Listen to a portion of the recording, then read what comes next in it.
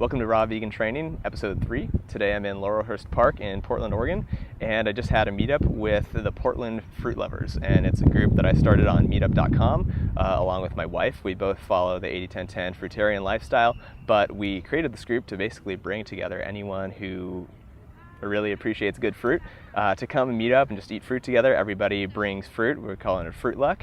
And we also included someone that we met a couple weeks ago at the Woodstock Fruit Festival who also lives in Portland, which is awesome. Her name's Indica, and she has an Instagram and YouTube channel eventually. She'll be having that. She's called Raw Fruity Fitness. You could look her up as well. And my wife, if you want to follow her on Instagram, is Girl Meets Raw. And then, of course, my Instagram channel is Raw Vegan Training. So we're here, we're having a lot of fruit. We had a ton of good stuff. We dug into some jackfruit. We had Asian pears, which are some of my favorite fruits. We had some striped figs, which were amazing. We had mangosteen. We had Chinese dates. We had, what do we have over there? We have watermelon we haven't opened yet. We have papaya we still need to dig into. We had a lot of cherry tomatoes. It was really great, and just a lot of good fruit and just hanging out in the sun. It's a beautiful day here in Portland, so that's awesome. I think it's important to talk about, the importance of community when you're trying to do something like, the 80-10-10 diet, or to be, fruitarian or mostly fruit, kind of following that lifestyle, because, some weeks, I feel like it's pretty easy to hold on to that and just be like, okay, well, I'm just going to focus on eating whole fruits, maybe some minimally cooked carbs, and try to stay really high carb, eat really cleanly, and do, almost 95% fruit. Sometimes it feels like that's really easy, but other times it's really hard. And it's because, we live in this world that's so drastically different than that ideal and that philosophy, that's completely outside of anyone's imagination even. So it's really amazing when you can find people who feel that same way, who want to kind of pursue that same end goal.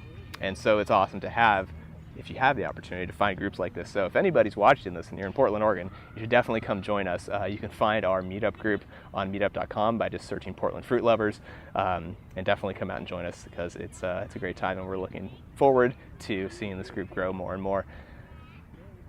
So while I'm here at the Fruitluck today, I'm going to talk to a couple people who are here at the Fruitluck and kind of get their take on the importance of raw food and community, and then also talk about what they think about raw food and fitness and why that's important.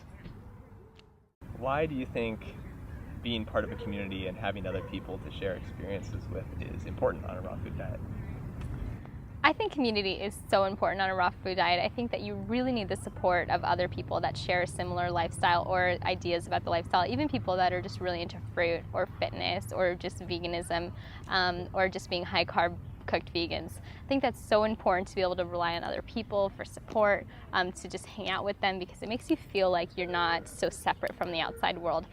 I know so many people that try to do the raw vegan thing and they don't have any support or any friends, and then they start doubting themselves and feeling like, well, the whole world doesn't do this, so why am I not doing it? If everyone else is surviving and living this way, why am I trying to be any different?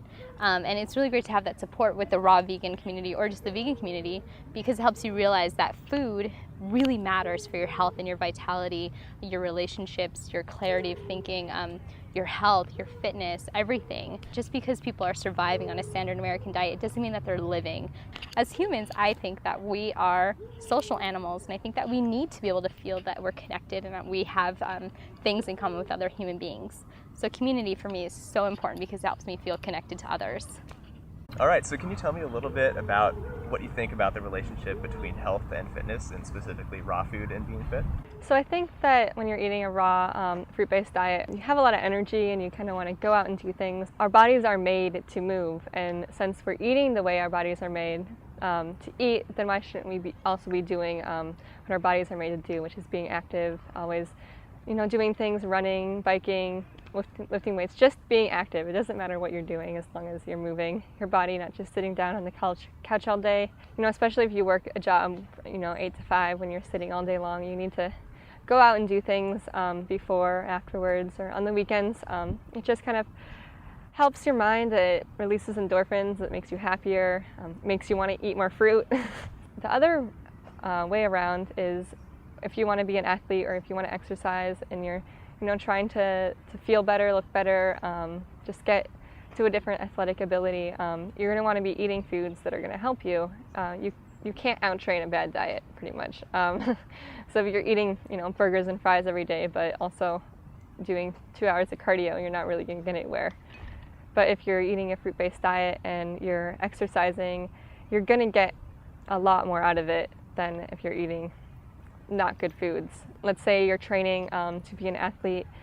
If you eat a fruit-based diet with enough calories and you're eating fewer than less than 10% fats, your body's going to be able to recuperate much faster. Your muscles are going to heal. You're going to be able to get up the next day and not feel like you can't do anything because of your training the day before. So you're going to have a lot more energy to train, and you just want to feel your best. You want to be your best. You're going to have an ability above everyone else who's eating a crappy diet if you're eating this way. So pretty much just you're going to be better than everyone else.